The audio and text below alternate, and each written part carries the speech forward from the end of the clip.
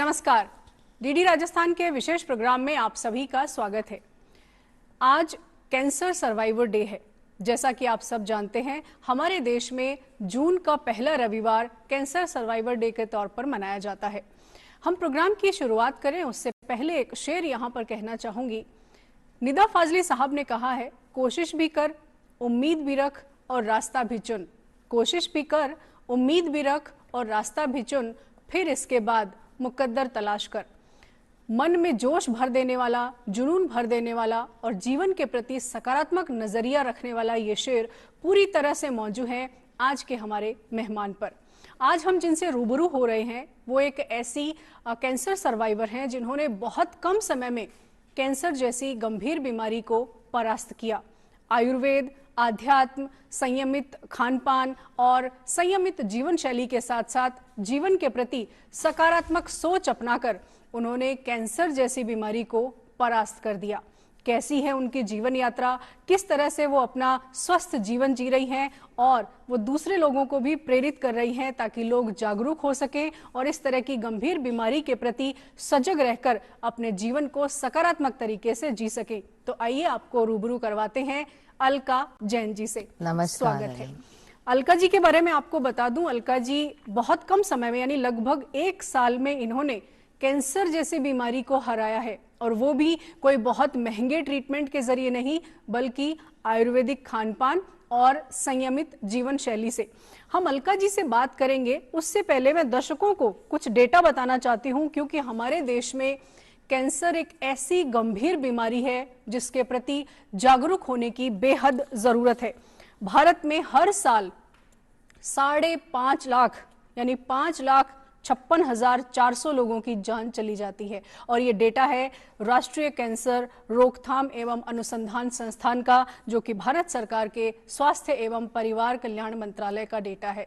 ये वाकई बेहद गंभीर विषय है और हर साल लगभग 7 लाख से अधिक लोग रजिस्ट्रेशन करवाते हैं जो कि कैंसर के रोगी हैं। ये हमारे भारत का डेटा है और इससे भी बड़ी एक और जो चैलेंजिंग सिचुएशन है इस बीमारी को देखते हुए वो ये कि भारत में हर मिनट में एक महिला की गर्भाशय कैंसर से मृत्यु हो जाती है। और भी बहुत सारे डेटा हैं जो मैं कार्यक्रम के दौरान आपसे साझा करूंगी, लेकिन सबसे पहले अलका जी से जानते हैं कि इस तरह की गंभीर बीमारी से बाहर निकल के आना, पूरी तरह से रिकवर होके आना, ये वाकई बहुत बड़ी बात है। अलका जी, सबसे पहले तो हम आपको बधाई देना चाहेंगे, शुभकामना देना चाहेंगे आपके स्वस्थ जीवन के लिए कि आपने एक वो फेज पीछे छोड़ दिया जिसमें लोग डर जाते हैं या उनका आत्मविश्वास कमजोर हो जाता है। आप पूरे आत्मविश्वास के साथ एक स्वस्थ जीवन जी रही हैं। सबसे पहले ये जानेंगे हम कि जब आपको पता चला, ये डायग्नोस हुआ, तब क्या स्थिति थी और कौन से साल में आपको पता चला कि आपको ये गंभीर बीमारी हो गई है? मुझे पता चला 17 मार्च को 2025 को। मतलब मेरा कार्यक्रम चल रहा था, मैं मंदिर जा रही आ रही हूँ, सब कुछ कर रही हूँ, पर एक प्रॉब्लम ये थी कि खाना खाने में दिक्कत होती थी मेरे को पहले। तो खाना खाने में दिक्कत हो रही थी और भूख भी नहीं लग रही थी, मैंने ध्यान भी नहीं दिया था। पर एक दिन ऐसे जाँच कराई 1-2 बार, एंडोस्कोपी भी कराई, सब कुछ कराया, उसमें भी डॉक्टर पकड़ नहीं सके। एलोपैथी वाले डॉक्टर तो पकड़ ही नहीं सके क्या बीमारी है आपको। बाबा कहती रही कि भाई मतलब कुछ हो तो बता दो मुझे, कुछ हो तो बता, कुछ नहीं है, कुछ नहीं है। और फिर मैं जयपुर आई NIA के अंदर, वहाँ डॉक्टर से कहा मैंने, मतलब आए दिन डॉक्टर से कहा मैंने, तो मैंने कहा, उन्होंने मेरा चेहरा देखा, तो चेहरा देखते ही कहा कि आपका चेहरा मतलब ऐसा लग रहा है। कहा कि वजन कम हो रहा है क्या? मैंने कहा वजन तो कम हो रहा है मेरा। बाल भी झड़ रहे हैं? कि हाँ वजन, बाल भी झड़ रहा है। तो उन्होंने कहा आप सोनोग्राफी कराओ पहले। तो फिर मैं सोनोग्राफी कराने के हिसाब से वापस किशनगढ़ आ गई। फिर मैंने मैडम से कहा, मैडम आपने पहले भी सोनोग्राफी कराई, कुछ बीमारी नहीं आई, अब आप अच्छे से करो, मैं सोनोग्राफी पता तो चलेगा बीमारी है क्या। तो उन्होंने अच्छे से करी। उन्होंने कहा आपके पेट में पानी भरा हुआ है तो आप जांच कराओ जी। तो पेट में पानी भरा हुआ तो उसकी जांच हमने JLN में अजमेर कराई। गवर्नमेंट हॉस्पिटल है और मुझे प्रिय है गवर्नमेंट हॉस्पिटल। मैं सबसे कहना चाहती हूँ कि किसी को भी जांच वगैरह कुछ कराना हो तो सरकारी अस्पताल में कराएं, क्योंकि आजकल वहाँ सुविधा भी सब हो गई है। आप सरकारी अस्पताल में गए, वहां पर जांचें हुई और तब आपको पता चला। हाँ। और जब पहली बार आपको पता चला कि मुझे इस तरह की बीमारी है, तो क्या आपके परिवार का और आपका क्या रिएक्शन था? कैसे आपने फिर इससे उबरने की वो एक रणनीति तैयार की? परिवार को जैसे ही पता चला तो कुछ लगा तो सिर्फ मेरे सामने उन्होंने बीमारी का नाम नहीं लिया। मेरे को तो बचाते रहे और मैं भी ऐसे डरती नहीं, मैंने पूछ ही लिया भाई क्या बीमारी है, क्या बीमारी, तो उन्होंने कहा कि आपको कैंसर है। तो मैंने मेरे बेटे से कहा कि आप तो घबरा मत, यदि मुझे बीमारी है तो कोई बात नहीं, इसमें क्या बीमारी आई है तो उसको सहन भी करेंगे अपन, उसका इलाज भी करेंगे, तो मुझे इलाज आयुर्वेदिक से कराना है। जी जी। आयुर्वेदिक से मुझे इलाज कराना है, मुझे मतलब सरकार मतलब ऐसे एलोपैथी से नहीं कराना मुझे, और प्राइवेट हॉस्पिटल में नहीं जाना मुझे। तो उन्होंने कोई बात नहीं, एक बार अपन जांच तो कराई, सीटी स्कैन कराई, सीटी स्कैन में आया कि आपके ओवरी कैंसर है जी। ओवरी कैंसर का पता चला। तो फिर वापस हम जहाँ वहाँ पे आ गए तो इन्होंने कहा भगवान महावीर हॉस्पिटल है जयपुर के अंदर। जी बिल्कुल। मैंने कहा मैं मेरे सूर्यास्त के बाद में अंजल का त्याग है और मैं रात को कुछ भोजन लेती नहीं हूँ, पानी भी नहीं पीती हूँ, यदि मेरा नियम बचाएगा कोई तो मैं इलाज कराऊंगी, बाकी मैं इलाज नहीं कराऊंगी। अच्छा। तो इस कारण से मेरे बेटे ने कहा कि वो जैन डॉक्टर है और अपन चलते थे एक बार बता दें किसमें क्या हो। तो भगवान महावीर हॉस्पिटल में गए तो वहाँ जैन डॉक्टर थे, उनसे मिले हम लोग। मैंने कहा डॉक्टर साहब मुझे इलाज कराना है, मेरे ओवरी कैंसर बताया है, पर मैं रात को पानी भी नहीं पीती हूँ, अन्न भी नहीं खाती हूँ। जी, ये आपने अपनी दिनचर्या बनाई ये हुई मेरा नियम यही रहेगा, जी चाहे जी आप जी। इलाज हम दर्शकों को बताना चाहेंगे कि जो भी दर्शक इस प्रोग्राम से जुड़े हैं, हर रविवार जो कि जून का पहला रविवार होता है उसको कैंसर सर्वाइवर डे मनाया जाता है। और इसका एक ही उद्देश्य होता है कि जो कैंसर पेशेंट हैं उनको शारीरिक बहुत सारी चुनौतियां होती हैं, भावनात्मक चुनौतियां होती हैं और कई बार सामाजिक चुनौतियां भी वो फेस करते हैं। तो उनको इन चुनौतियों से निपटने के लिए उत्साह प्रदान करना, उनका सपोर्ट करना और इस बीमारी के प्रति जागरूकता फैलाना, और दूसरा वो समाज का मुख्य हिस्सा है, समाज से अलग नहीं है और उनके मन में जीवन के प्रति सकारात्मक नजरिया वो विकसित करना इस कैंसर सर्वाइवर डे का मुख्य उद्देश्य है। और ये हर साल होता है। हमारे भारत में इतनी सारी जानें चली जाती हैं, आपको अगर आंकड़ा बताएं, हर 10 में से एक कैंसर जो है, जिसमें से ये कह सकते हैं कि हम 10% जो कैंसर डेथ्स हैं उनमें आहार से जुड़े मामले हैं, यानी हमारा खान पान और हमारी जो खराब जीवन शैली है उसकी वजह से जो कैंसर होता है वो बड़ी संख्या है मृत्यु होने वाली। आपके खान पान पर आना चाहेंगे अलका जी, किस तरह का खान पान आपने अपनाया, क्योंकि आयुर्वेद में तो बहुत सारे तरह के खान पान हैं जो कैंसर को हराने में आपका मदद कर पाए। हमने सुना है मिलेट्स का इस्तेमाल किया आपने। हाँ मैडम, मिलेट्स का उसी दिन से जब से पता चला कि मेरा कैंसर है उसी दिन से हमने सिरियन, जब प्रधानमंत्री नाम लेते हैं ना सिरियन का आटा खाओ, सिरियन, बिल्कुल। तो हम घर पे तैयार करते हैं, घर पे क्या चक्की। क्या खाते थे, क्या क्या, थोड़ा सा बताइए अपने बारे में। पहले तो हम गेहूं भी खाते थे, चावल भी खाते थे, शक्कर भी खाती थी, दूध भी मतलब काम आता था, मैदा वगैरह सब कुछ। पर जैसे ही पता चला सब पे रोक लगा दी मैंने, घर पे आना ही बंद कर दिया और घर के अंदर ही मतलब जो जवार रागी का आटा तैयार करके उसकी रोटी शुरू कर दी हमने जी। वही रोटी शुरू करी हमने। आज दिन तो वही ले रहे हैं और भविष्य में वही लूंगी मैं जी। सिर्फ आपने मिलेट्स की रोटी लेना शुरू किया, और इसके अलावा क्या लिया? जौ का दलिया वगैरह या जौ कोई का दलिया लिया, पपीते का जूस लिया, मतलब पपीते के पत्ते का जूस खाली पेट वो लिया था मैंने, और मतलब सौंफ, जीरा, अजवाइन, मेथी का पानी वो काढ़ा लिया था, नीम, गिलोय, तुलसी उसका काढ़ा लिया था हमने। ये वाला चीज ली थी मैडम आराम से। जी, कहने का मतलब ये है कि हमारे आयुर्वेद में इतनी शक्ति है कि अगर हम जो आयुर्वेदिक तरीके हैं खान पान के वो अपना लें तो बहुत सारी बीमारियों को हरा सकते हैं। एक और डेटा आपको यहाँ पर बताना चाहेंगे, हमारे यहाँ जो एज ग्रुप है, जिस एज ग्रुप में ज्यादातर लोग कैंसर के कारण जान गंवा देते हैं, वो एज ग्रुप है 30 साल से 69 साल, और ये भारत सरकार के आंकड़े हैं।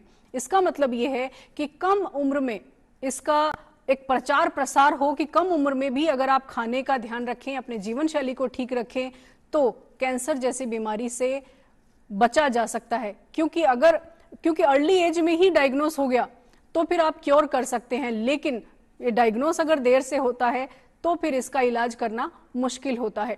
हम ये जानना चाहेंगे कि आपने बताया आयुर्वेद के साथ साथ आध्यात्म से भी, क्योंकि एक डर तो मन में होता ही है ना, इस बीमारी को लेकर लोगों में एक भय होता है, पता नहीं क्योर होगा कि नहीं होगा, और अगर नहीं हुआ तो फिर क्या होगा, एक मोह जीवन के प्रति रहता है।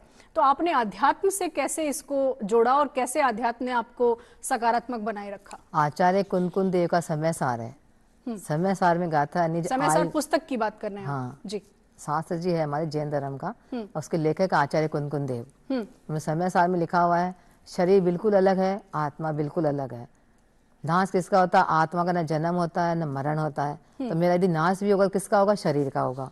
6 द्रव्य भरे हैं, 6 द्रव्य कोई नाश नहीं कर सकता, तो मेरा भी नाश नहीं होगा, मेरा अस्तित्व सदा रहेगा, मैं जीवित हूँ। और मेरे जो रोग आया वो ऐसा था कर्म के उदय से आया है, उस ऐसा था कर्म को इंद्र, निरंजन, जिनेंद्र कोई नहीं हटा सकते हैं।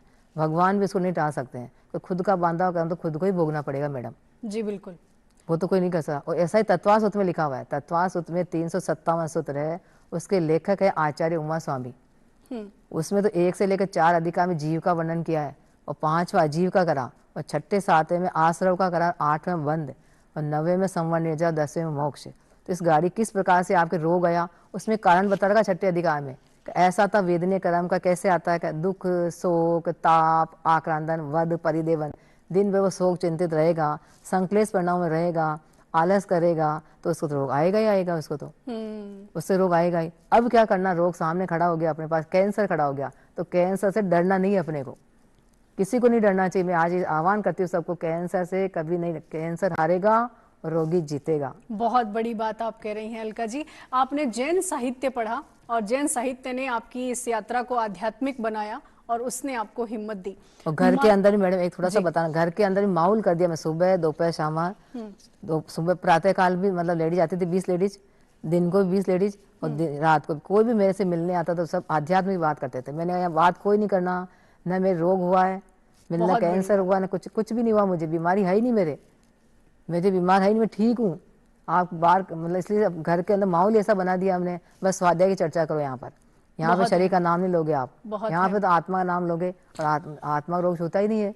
ये बहुत बड़ी बात आप अलका जी कह रही हैं। जो दर्शक देख रहे हैं, मॉडर्न जो एरा है उसमें हम इमोशनल इंटेलिजेंस की बात करते हैं कि इमोशनल इंटेलिजेंस में ये होता है कि जिस तरह के वातावरण में हम रहते हैं, जो हम बोलते हैं, जिस तरह के थॉट्स हमारे जहन में आते हैं, वही फिर हमारी लाइफ में होने लगता है, और बार बार जिसके बारे में हम सोचते हैं उसका असर हमारी बॉडी पर, हमारे माइंड पर और हमारे पूरे नर्वस सिस्टम पर होता है। तो ये जो एग्जाम्पल है कि बीमारी की ना चर्चा करनी, क्योंकि वो हो गई है, उसमें बात करने से कोई हल नहीं निकलेगा, या तो इलाज से निकलेगा, या फिर वो जो सकारात्मक शक्ति है वही आपको उसके प्रति मोटिवेट करेगी ताकि आप उससे लड़ सकें। जिस शक्ति की आप बात कर रही हैं अलका जी, वो मानसिक शक्ति, वही सबसे बड़ी ताकत है, और बहुत सारे लोग वो शक्ति ही नहीं अर्जित कर पाते हैं। तो मानसिक शक्ति को लेकर आप क्या कहना चाहेंगे? जो लोग सर्वाइवर हैं, या कई बार सर्वाइवर नहीं है तो भी आम जिंदगी में भी हम छोटी छोटी मुसीबतों से भी बहुत कमजोर महसूस करते हैं अपने आप को, आत्मविश्वास कमजोर हो जाता है, तो ये मानसिक शक्ति कितनी जरूरी है? किसी ने कुछ भी कह दिया तो इधर से सुनो, इधर से निकाल दो आप। पहला पॉइंट तो ये अजमाओ, और मैं स्वस्थ हूँ, मेरे में रोग है ही नहीं, रोग मुझे छू नहीं सकता है, मैं आत्मा अजर अमर हूँ, मेरा मरण होगा ही नहीं। जो रोग आया है पूर्व पाप कर्म के उदय से आया है, वो तो खिरने वाला है, उसकी तरफ ध्यान बिल्कुल नहीं देना, अपने उपयोग को कन्वर्ट करना, बस यही हमारे जिनवानी कहती है कि आप उपयोग को कन्वर्ट करते रहो, आप बीमारी की चिंता नहीं करो तो कैंसर आपको छू नहीं पाएगा और निकल जाएगा वो। उसका ध्यान नहीं देना, बिल्कुल ध्यान नहीं देना, मैं बीमार हूँ, नहीं, हम बीमार है ही नहीं। तो इसके लिए क्या आप मेडिटेशन करती थी? हाँ, मैं ध्यान करती थी, योगा करती थी मैं, और स्वाध्याय सत्संग भजन वगैरह कीर्तन वगैरह, ये सारे काम। धूप में बैठती थी मैं, धूप के अंदर बैठ कर भी मेरे हाथ पांव सब चलाना कराना सब कुछ है, उसी समय मैं ध्यान करती थी, उसी में तत्वासूत्र का पाठ मुझे बिल्कुल याद है, आप कोई सा ही पूछ के उठा के बोल सकती हूँ आराम से, बहुत उल्टा सुल्टा कैसे भी करके, तो मेरी वो मेरा प्राण है बस। बहुत बड़ी बात कह रही हैं अलका जी। तो जो दर्शक देख रहे हैं वो न सिर्फ कैंसर सर्वाइवर, आम लोग भी प्रेरित हो रहे होंगे कि स्वाध्याय तो हम शायद भूल चुके होते हैं, कई बार किताबें पढ़ना हम भूल चुके हैं, और खासकर इस मॉडर्न एरा की हम बात करें तो स्क्रीन पर ज्यादातर टाइम हमारा होता है, चाहे वो मोबाइल हो चाहे कंप्यूटर हो, हम बुक्स पढ़ना भूल चुके हैं। तो हमारा साहित्य भी हमें कई बार सही मार्गदर्शन दे सकता है। अलका जी, परिवार का क्या सहयोग रहा? क्योंकि ये यात्रा अकेले तो नहीं जीती जा सकती थी, ये बहुत गंभीर परिस्थिति थी, तो इलाज करवाना, कीमोथेरेपी कराना या और भी बहुत सारे इसमें ट्रीटमेंट होते हैं, परिवार ने कैसे सहयोग किया? परिवार को जैसे ही पता चला उन्होंने तो मेरा उपयोग कन्वर्ट कर दिया और रसोई छुट्टी दिला दी, आपको आज से कुछ काम नहीं करना बिल्कुल भी, आप फ्री हो, आप धर्म ध्यान करो, मस्त रहो, हम संभालेंगे चौका वगैरह, हमको क्या खिलाना है क्या नहीं खिलाना, ये सारा ध्यान मेरे बेटे ने रखा। मेरे बेटे का नाम समकीत जैन है, उसने पूरा ध्यान रखा, सुबह आपको क्या देना है, बाद में आपको क्या देना है, कैसे आपको मंदिर ले जाना है, आपको क्या खाना खिलाना है, कितनी रोटी खिलानी है, ये सारा कार्यक्रम उसने। और मेरे हस्बैंड ने रोटी बना के दी और इसने मुझे खिलाया, सब्जी यही बनाता है और फुलके वो उतारते हैं ये, और रात को हम खाते नहीं है, बस दिनचर्या ये चलती, दिन भर स्वाध्याय सत्संग वो चलता घर के अंदर। आज भी पूरे परिवार का ही एक माहौल जो है वो सकारात्मक। मैं हॉस्पिटल में रही तो मुझे कुएं का पानी पिलाया गया, मेरे नियम कोई भंग नहीं करे, और हॉस्पिटल के अंदर भी यही खाने बना के लाते थे, और हॉस्पिटल से मंदिर 8 किलोमीटर का अंतर था, जहाँ पे हमने कमरा लिया था, वहीं से बनाना खाना और फिर वहाँ के आगे खिलाना मुझे। मतलब और यही मेरे पास होया था, क्योंकि लेडीज का था ना वो, तो उसमें जेंट्स अलाउ नहीं थे। मैंने कहा मैं तो बेटा बेटी एक ही है, पर इसने मेरे लेटरिन बाथरूम तक साफ करे, मतलब इतना बिल्कुल भी वो बहुत नहीं बड़ी करा। ये बात है, सोचो आज बहुत पढ़ा बड़ी लिखा बात। इंसान कौन कर सकता, कौन माँ बाप की सेवा कर सकते हैं ऐसे, ये सीखने बताओ। की बात है आज की हाँ, युवा पीढ़ी को कि अपने माता पिता की सेवा से बड़ा कोई और धर्म नहीं हो सकता। और वो इसने ऐसी पीएचडी छोड़ दी परिस्थिति मैडम, जी मेरा इलाज के चक्कर में पीएचडी छोड़ दी इसने। रिसर्च करी इतनी सारी कि कैसे कैंसर दूर हो, कैसे जल्दी से आप ठीक हो, कैसे आप जल्दी से ठीक हो फटाफट। इतना मतलब इसके अंदर लगता रहा हर चीज का। मैंने कहा घबरा बिल्कुल मत, कैंसर को हराएंगे और हम जीतेंगे, और कैंसर से मैं मरूंगी नहीं। यही परिवार की ताकत है शायद जो हमें किसी भी चुनौती से लड़ने की हिम्मत देती है, और परिवार की ताकत से तो बड़ी बड़ी मुसीबतें हराई जा सकती हैं। अलका जी, कीमोथेरेपी एक बहुत ही पेनफुल प्रोसीजर होता है। इस तरह के ट्रीटमेंट में कीमोथेरेपी के दौरान क्या अनुभव रहे और क्या सावधानियां बरती आपने ताकि उसका साइड इफेक्ट ना हो, क्योंकि कीमोथेरेपी के साइड इफेक्ट्स भी बहुत होते हैं। तो हमारे दर्शक भी जान ले कि आपने क्या सावधानियां बरती कीमोथेरेपी के दौरान। कीमोथेरेपी से पहले तो मुझे डर लगा, वैसे लगता बाल झड़ जाएंगे और वो छाले हो जाएंगे मुंह के अंदर, ऐसा हो जाएगा। पर कीमोथेरेपी के साथ हमने एलोपैथिक मतलब आयुर्वेदिक को साथ रखा हमने। आयुर्वेदिक साथ साथ लेते रहे तो कीमो का साइड इफेक्ट पड़ा ही नहीं मेरे ऊपर, बिल्कुल पता ही नहीं चला मुझे कीमो लग रहा है।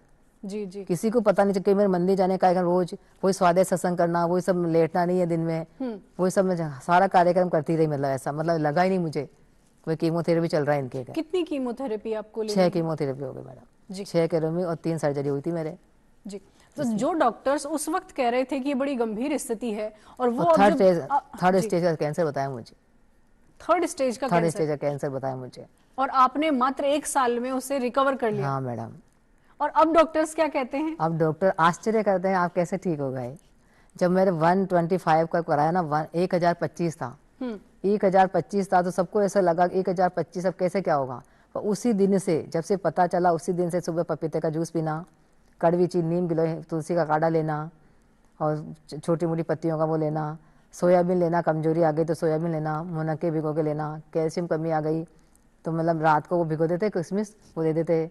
और गुड़ के दिया, खून की कमी आ गई तो गुड़ रात को भिगो दिया, लाल कलर का गुड़ है, सफेद नहीं, वो दिया मेरे को। उससे विटामिन डी की कमी, धूप में बैठी मैं, जो नेचुरल तरीका है। हाँ, और चलती फिरती रही, मतलब बिस्तर नहीं पकड़े मैंने। मेरे पाँव इतने मोटे मोटे हो गए मैडम, आप खुद देखते तो आपको ऐसा लगता है कि क्या हो रहा है। पेट में पानी भरा था ना, पेट में पानी भरा था, तो सब प्राइवेट डॉक्टरों ने कह दिया आप 15 दिन के मेहमान हो। और फिर आप इससे एकदम बाहर निकल के आए हैं। ये बहुत ही आपके लिए तो मतलब क्या ही मतलब डॉक्टरों के हिसाब से तो मर गए, पर हम जिनवाने के हिसाब से बच गए, ये सोचा आप। बहुत बड़ी ये वाकई आपकी सक्सेस इसलिए हम स्टोरी सबको है। कहना चाहते हैं डरो मत कैंसर से। अभी भी घर पे रोज मतलब 2 जने 3 जने, कभी लखनऊ से आ रहे हैं, कभी अजमेर से आ रहे हैं, कभी चित्तौड़ से आ रहे हैं, आप कैसे ठीक हो गए, आप कैसे ठीक हो गए। मैंने कहा हमने ऐसा ध्यान रखा, एलोपैथिक जहाँ ऑपरेशन कराना हो कराना ही है आपको, गांठ है तो उसको कराना ही है, सल्ले चीज ऐसा लिखा हुआ आचार्य ने, पूज्यपाद स्वामी ने लिखा हुआ ऐसा। तो और जहाँ एलोपैथिक है वहाँ एलोपैथिक कराओ, और जहाँ आयुर्वेदिक है वहाँ आयुर्वेदिक कराओ, सबको साथ लेके चलना आपको। और WHO जो पॉलिसी है उसमें मतलब जीवन जीना है मुझे, चाहे जितनी भी चिकित्सा पद्धतियां सब अपनाना है मुझे। अमीर कजलबाश का एक शेर यहाँ पर याद आ रहा है। उन्होंने लिखा है कि लोग जिस हाल में मरने की दुआ करते हैं, लोग जिस हाल में मरने की दुआ करते हैं, मैंने उस हाल में जीने की कसम खाई है। और ये पूरी तरह मौजू है अलका जी आप पर। तो जो दर्शक देख रहे हैं वो निश्चित रूप से प्रेरित हो रहे होंगे अलका जी की बातें सुनकर कि कैंसर जैसी गंभीर बीमारी जिसके लिए डॉक्टर्स ने भी कह दिया कि 3rd स्टेज का कैंसर है, उसको महज 1 साल में हरा देना और पूरी तरह रिकवर होकर सामने आना, ये बहुत बड़ी बात है। तो हम तो छोटी छोटी परेशानियों से ही बहुत परेशान हो जाते हैं, तो अलका जी से तो बहुत सारी चीजें सीखने की हैं।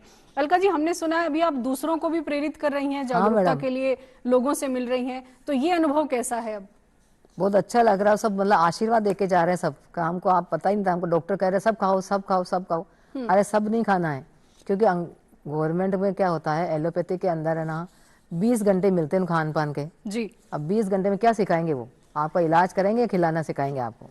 इसलिए अपने को एलोपैथी का इलाज भी कराना, आयुर्वेदिक को साथ भी लेकर चलना है। उसके साथ योगा, अभ्यास, अध्यात्म सबको साथ लेकर चलना और है। भारत सरकार का ये कहना भी है कि जीने के लिए खाओ खाने के लिए नहीं मत जियो, जियो। सही बात है। क्योंकि जीने के लिए खाएंगे तो शायद हम कैंसर जैसी बीमारी से बचे रह सकते हैं। भारत सरकार के कई सारे इनिशिएटिव हैं। एक इनिशिएटिव के बारे में हम जानकारी देना चाहेंगे दर्शकों को कि भारत में लगभग 450 से ज्यादा डिस्ट्रिक्ट्स ऐसे हैं जहां पर कैंसर केयर सेंटर संचालित होते हैं हमारे देश में। और हो सकता है आपके जिले में भी कैंसर केयर सेंटर हो, तो आप वहां विजिट कर सकते हैं। उन सेंटर्स का जो उद्देश्य है वो ये कि यहां पर लोग आए, विजिट करें, यहां पर लोगों के अनुभव जानें, ताकि किसी तरह की जागरूकता की कमी की वजह से कैंसर से पीड़ित ना हो जाएं। और इस तरह की जागरूकता के लिए जो मुख्य उद्देश्य है भारत सरकार का वो है समग्र स्वास्थ्य का लाभ मिले और उपचार के बाद गुणवत्ता में सुधार आए, ताकि स्वास्थ्य जो है वो प्राथमिकता में रह सके। ये भारत सरकार का पूरा एक सिस्टम है जो बना हुआ है देश भर में। और 439 डिस्ट्रिक्ट्स ऐसे हैं हमारे देश में जहां पर डिस्ट्रिक्ट कैंसर केयर सेंटर संचालित हो रहे हैं। तो आप प्रिवेंटिव स्टेप्स के लिए ऐसे सेंटर्स की विजिट जरूर करें, परिवार के साथ जाएं, जो यंगस्टर्स हैं वो भी जाएं, ताकि आप जागरूकता भी फैला सकें। क्योंकि हम कैंसर सर्वाइवर डे पर कैंसर सर्वाइवर से बात तो कर रहे हैं, लेकिन व्यक्तिगत क्या जिम्मेदारी हम निभा रहे हैं समाज के प्रति, ताकि इस बीमारी को हम बढ़ने ना दें, इसका प्रसार हम रोक सकें। और ये तभी होगा जब हम जागरूकता फैलाएंगे। कई बार इलाज के डर से या कई बार ऐसा माहौल बन जाता है कि अब आर्थिक भार बहुत ज्यादा पड़ेगा, तो क्या उन्हें सलाह देंगी आपकी सरकारी योजनाओं का लाभ लें? हाँ, सरकारी लाभ लेना चाहिए, सरकारी सेवाओं का लाभ लेना चाहिए। वहाँ सब तरह की सुविधा उपलब्ध है मैडम। और जोधपुर एम्स में तो हमने देखा सब जो भी मरीज होता है उसको अलग तरह से खाना दिया जाता है। मतलब वहाँ पे इतना ध्यान रखा जाता है हर चीज का कि कौन से पेशेंट को क्या खाना देना, किसको क्या खाना देना, कैसा व्यवहार करना उसके साथ। मतलब बहुत साफ सफाई भी अच्छी है। मतलब डॉक्टर लोग भी बहुत अच्छे हैं वहाँ पर, बहुत अच्छे गाइड करते हैं, अच्छे से प्रेम से बोलते हैं। हम दर्शकों को एक जरूरी जानकारी दे दें कि देश भर में जो 439 डिस्ट्रिक्ट्स हैं जहां पर कैंसर केयर सेंटर्स संचालित हो रहे हैं, वहां पर भारत सरकार का एक प्रोग्राम चल रहा है NCRP, यानी ये एक ऐसा प्रोग्राम है नेशनल कैंसर रजिस्ट्री प्रोग्राम। तो यहाँ पर जो कैंसर जिनको डायग्नोस हुआ है या वहां पर जांच होती है और वो डायग्नोस होता है, तो अर्ली डिटेक्शन के लिए वहां पर रजिस्ट्रेशन करवाया जा सकता है। और इस तरह के सेंटर्स जो हैं वो इसलिए संचालित हो रहे हैं ताकि आप प्रिवेंटिव स्टेप्स ले सकें। तो आपको बहुत ज्यादा जागरूक होने की जरूरत है। और इस साल 2026 के लिए जो थीम रखी गई है भारत सरकार के द्वारा भी, यूनाइटेड फॉर यूनिक, क्योंकि हर कैंसर सर्वाइवर अपने आप में यूनिक है और यूनाइटेड होना है। इसके लिए एक साथ मिलकर बहुत सारे प्रयास करने हैं ताकि हमारे भारत को कैंसर मुक्त भारत बनाया जा सके। क्योंकि भारत में लाखों लोग अपनी जान गंवा रहे हैं, लाखों लोग। मैं पूरा डेटा मैं शेयर नहीं करना चाहती हूं क्योंकि ये वाकई बहुत ही चौंकाने वाला डेटा है, डराने वाला डेटा है। और हर साल ब्रेस्ट कैंसर से ज्यादातर महिलाओं की मृत्यु होती है। हर 2 में से 1 महिला जिसको ब्रेस्ट कैंसर डायग्नोस हुआ है उसकी मृत्यु हो जाती है। पुरुषों में टोबैको से होने वाले कैंसर ज्यादा होते हैं और उनकी वजह से उनकी जान चली जाती है। अगर एक डेटा आपको बता दें, क्योंकि ये इसलिए बताया जा रहा है ताकि आप जागरूक हो सकें, दूसरे लोगों को प्रेरित कर सकें। महिलाओं की जान जाने वाली जो संख्या है वो है 1,95,300, पुरुषों की है लगभग 2 लाख। और ये एज ग्रुप है 30 to 69। अर्ली एज में लोग चले जाते हैं सिर्फ इसलिए कि कैंसर के प्रति जागरूकता का अभाव है, या फिर जीवन के प्रति एक बहुत ही लापरवाह नजरिया हम कह सकते हैं। हमारा खान पान सही नहीं है, हमारी जीवन शैली सही नहीं है। तो अलका जी, आपसे बातचीत करके बहुत ही अच्छा लगा और निश्चित रूप से हमारे जो दर्शक हैं वो प्रेरित हुए होंगे और आप दूसरों को प्रेरित कर रही हैं स्वस्थ जीवन के लिए। ये बहुत बड़ी मुहिम है, आपके जीवन का ये मुख्य उद्देश्य बन गया है। अब हम आपको बधाई देते हैं कि आपने इस गंभीर बीमारी से बाहर निकलकर एक सक्षम व्यक्ति के तौर पर और स्वस्थ व्यक्ति के तौर पर अपना जीवन चुना। बहुत बहुत बधाई और शुभकामनाएं आपके स्वस्थ जीवन के लिए। तो फिलहाल कार्यक्रम में इतना ही, हम इजाजत लेंगे। नमस्कार।